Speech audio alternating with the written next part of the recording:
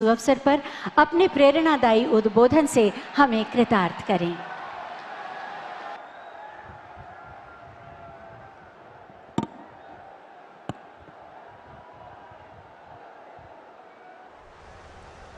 नमस्कार। इसी गांव की संतान, परौं गांव की मिट्टी में जन्म लेने वाले देश के राष्ट्रपति आदरणीय रामनाथ कोविंद जी, आदरणीय श्रीमती सविता कोविंद जी, उत्तर प्रदेश की राज्यपाल श्रीमती आनंदीबेन पटेल,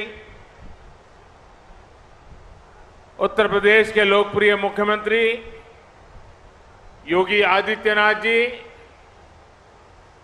मंच पर विराजमान मंत्रिपरिषद के मेरे साथी, उत्तर प्रदेश मंत्रिपरिषद के मंत्रीगण, सांसदगण, विधायकगण और विशाल संख्या में पधारे आए मेरे प्यारे भाई और बहनों, राष्ट्रपति जी ने जब मुझे कहा था कि मुझे यहां आना है, तभी से मैं आपके पास आकर के गांव वालों से मिलने का इंतजार कर रहा था। आज यहां आकर वाकई मन को बड़ा सुकून मिला, बहुत अच्छा लगा।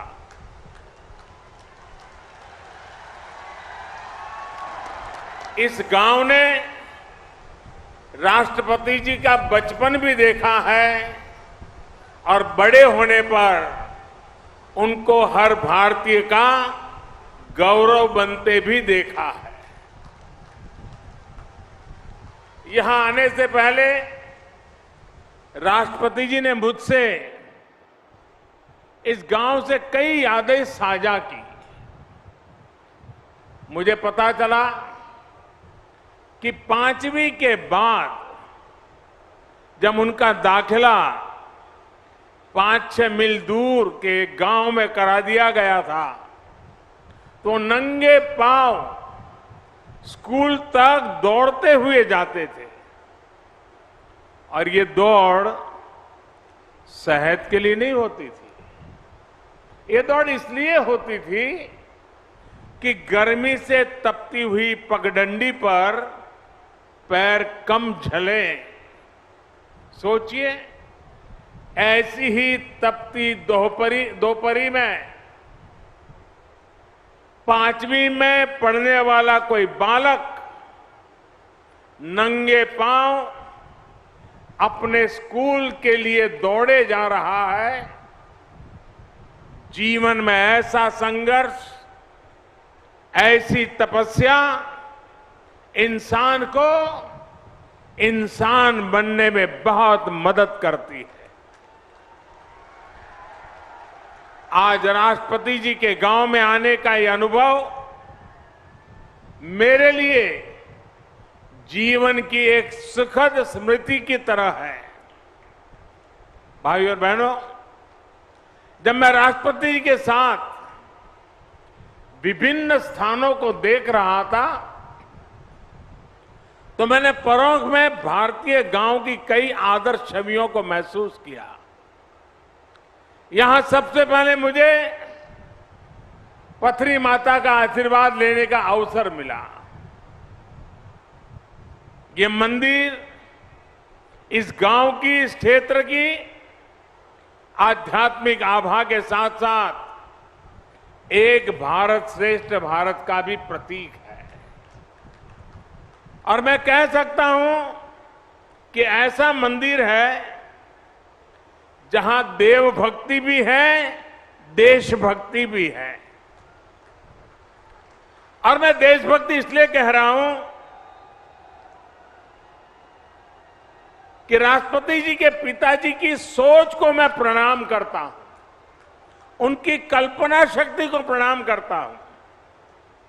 वे अपने जीवन में तीर्थाटन करना, अलग अलग यात्रा स्थानों पर जाना, ईश्वर के आशीर्वाद लेना, इसके लिए कभी घर से निकल जाते थे, कभी बद्रीनाथ गए, कभी केदारनाथ गए, कभी अयोध्या गए, कभी काशी गए, कभी मथुरा गए, अलग अलग स्थान पर गए।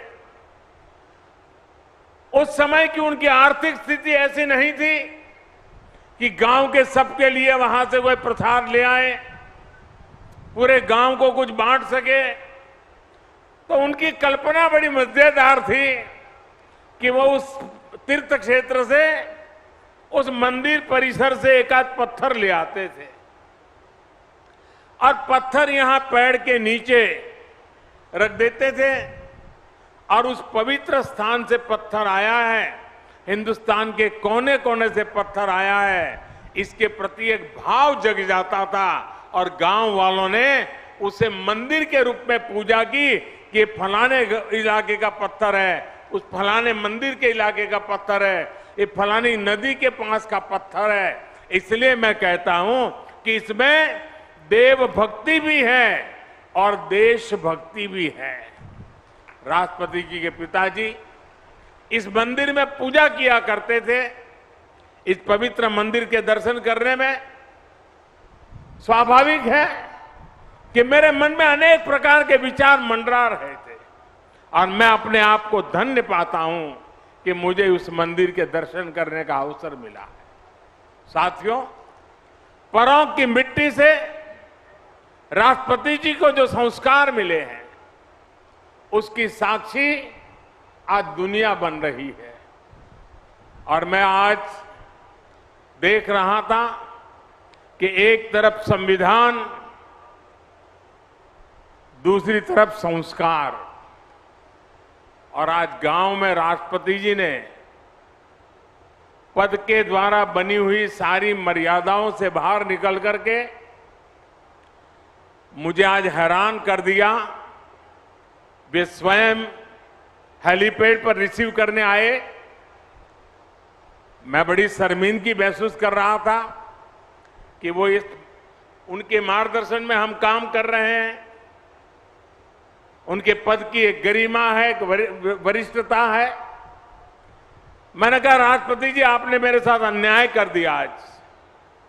तो उन्होंने सहज रूप से कहा कि संविधान की मर्यादाओं का पालन तो मैं करता हूं, लेकिन कभी कभी संस्कार की भी अपनी ताकत होती है। आज आप मेरे गांव में आए हैं, मैं यहां पर अतिथि का सत्कार करने के लिए आया हूं, मैं राष्ट्रपति के रूप में नहीं आया हूं। मैं इस गांव के एक बच्चे के रूप में, जहां से जिंदगी शुरू हुई, उस गांव के नागरिक के रूप में मैं आज आपका स्वागत कर रहा हूं। अतिथि देवो भव के संस्कार भारत में किस प्रकार से हमारी रगों में पहुंचे हैं, उसका उत्तम उदाहरण आज राष्ट्रपति जी ने प्रस्तुत किया। मैं राष्ट्रपति जी को आदरपूर्वक प्रणाम करता हूं। राष्ट्रपति जी ने अपने पैतृक आवास को मिलन केंद्र के रूप में विकसित करने के लिए दे दिया था। आज वो विमर्श और ट्रेनिंग सेंटर के तौर पर महिला सशक्तिकरण को नई ताकत दे रहा है। उनके प्रयास से यहां अंबेडकर भवन के रूप में बाबा साहेब का आदर्शों को प्रेरणा केंद्र भी बनाया गया है। मुझे विश्वास है भविष्य में प्रमुख आपके सामूहिक प्रयासों से विकास के रास्ते पर और भी तेजी से आगे बढ़ेगा और देश के सामने ग्रामीण विकास का मॉडल पेश करेगा। साथियों, हम कहीं भी क्यों न पहुंच जाए, बड़े बड़े शहरों या दुनिया के किसी भी कोने में क्यों न बस जाए, अगर हमने अपने गांव को जिया है तो हमारा गांव हमारे भीतर से कभी नहीं निकलता है। वो हमारी रगों में बस जाता है, वो हमारी सोच में हमेशा रहता है। हम इसलिए कहते हैं कि भारत की आत्मा गांव में बसती है, क्योंकि गांव हमारी आत्माओं में बसता है। आज जब देश अपनी आजादी का अमृत महोत्सव मना रहा है, तो ग्रामीण भारत के लिए, हमारे गांवों के लिए, हमारे सपने और भी महत्वपूर्ण हो जाते हैं। हमारे स्वाधीनता संग्राम के दौरान महात्मा गांधी भारत की आजादी को भारत के गांव से जोड़कर देखते थे। भारत का गांव यानी जहां आध्यात्म भी हो, आदर्श भी हो। भारत का गांव यानी जहां परंपराएं भी हो और प्रगतिशीलता भी हो। भारत का गांव यानी जहां संस्कार भी हो और सहकार भी हो, जहां ममता भी हो और समता भी हो। आज आजादी के अमृत काल में ऐसे ही गांवों का पुनर्गठन, उनका पुनर्जागरण, ये हमारा कर्तव्य है।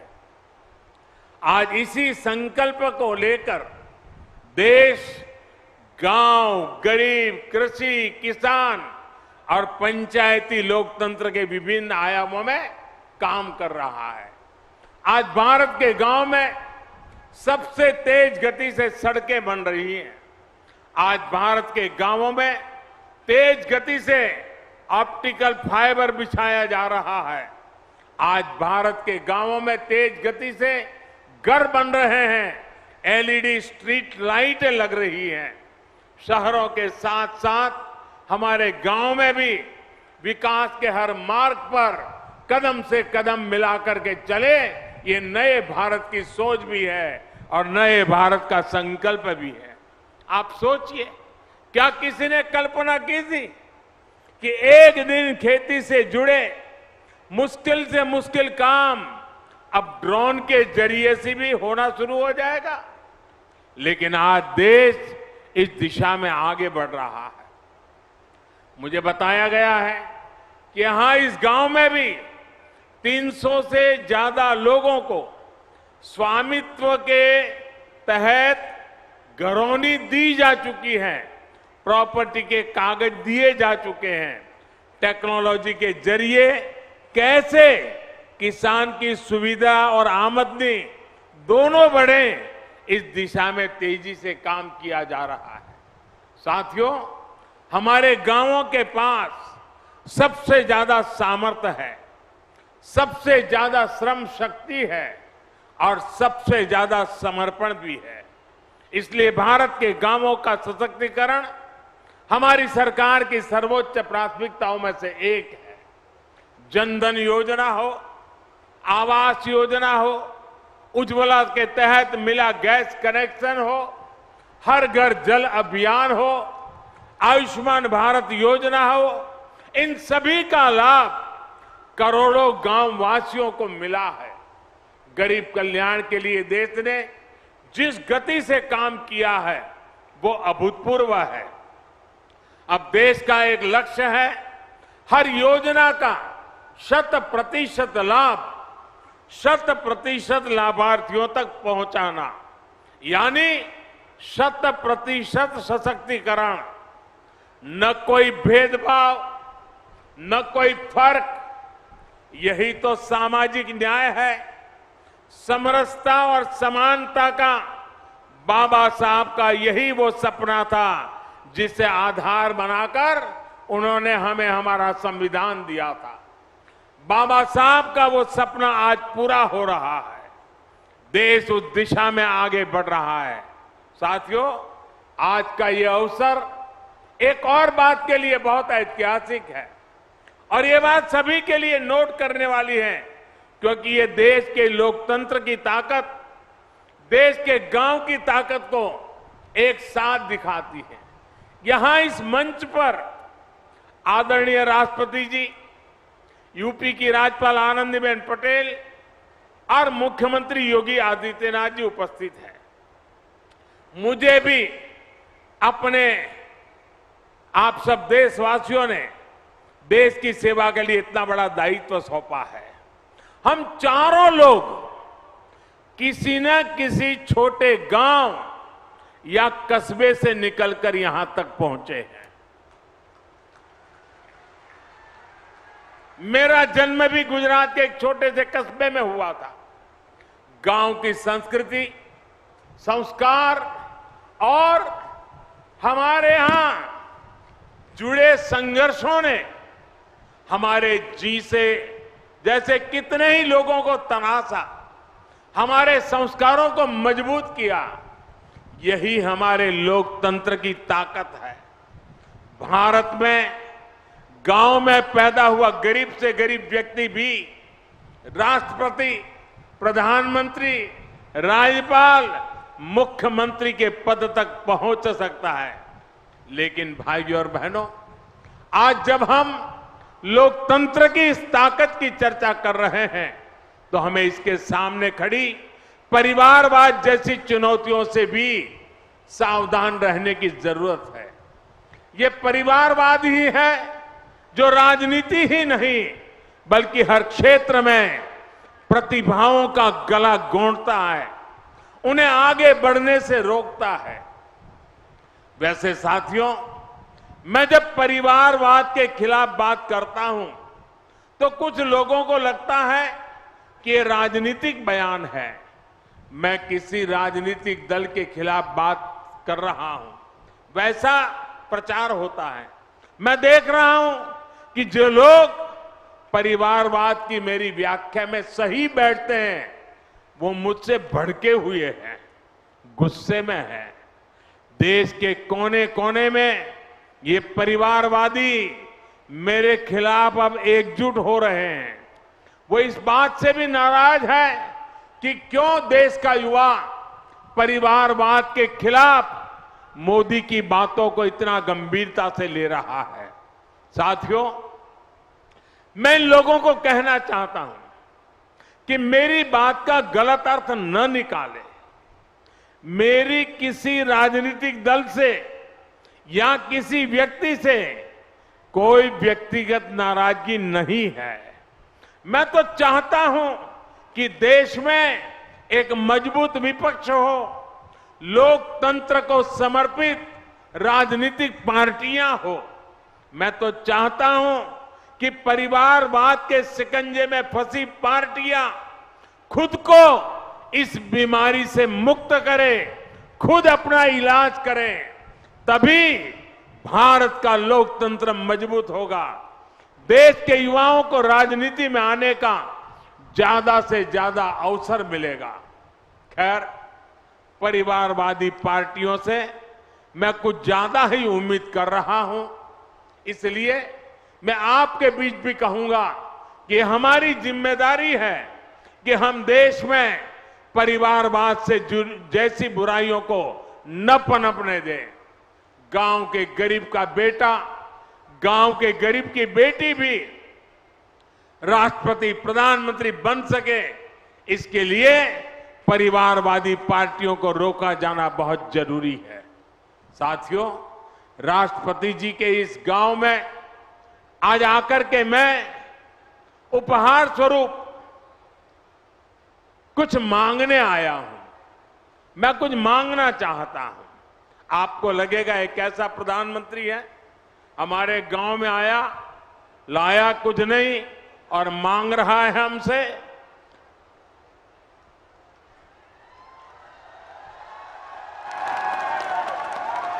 मैं मांग रहा हूं, आप दोगे ना? मैं गांव से मांगूंगा तो मिलेगा ना? जिन जिन गांवों से लोग आए वो भी देंगे ना? देखिए, आपने अपने गांव में इतना विकास किया है। आज जब देश अपनी आजादी का अमृत महोत्सव मना रहा है तो आपको अपना प्रयास बढ़ाना है। अमृत काल में देश ने संकल्प लिया है कि देश के हर जिले में 75 अमृत सरोवर बनाए जाएंगे। और अभी योगी जी बता रहे थे कि यहां परोख में भी 2 अमृत सरोवर का निर्माण हो रहा है। आपको इस अमृत सरोवर के निर्माण में मदद भी करनी है, कार सेवा भी करनी है और इसकी भव्यता भी बनाए रखनी है। मैं आपसे एक और बात भी मांगता हूं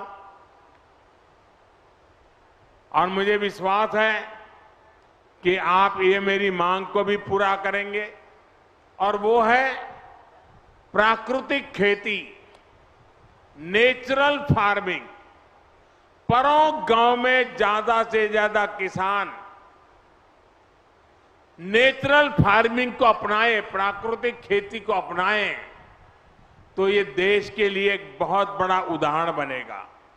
साथियों, भारत की सफलता का एक ही रास्ता है, सबका प्रयास।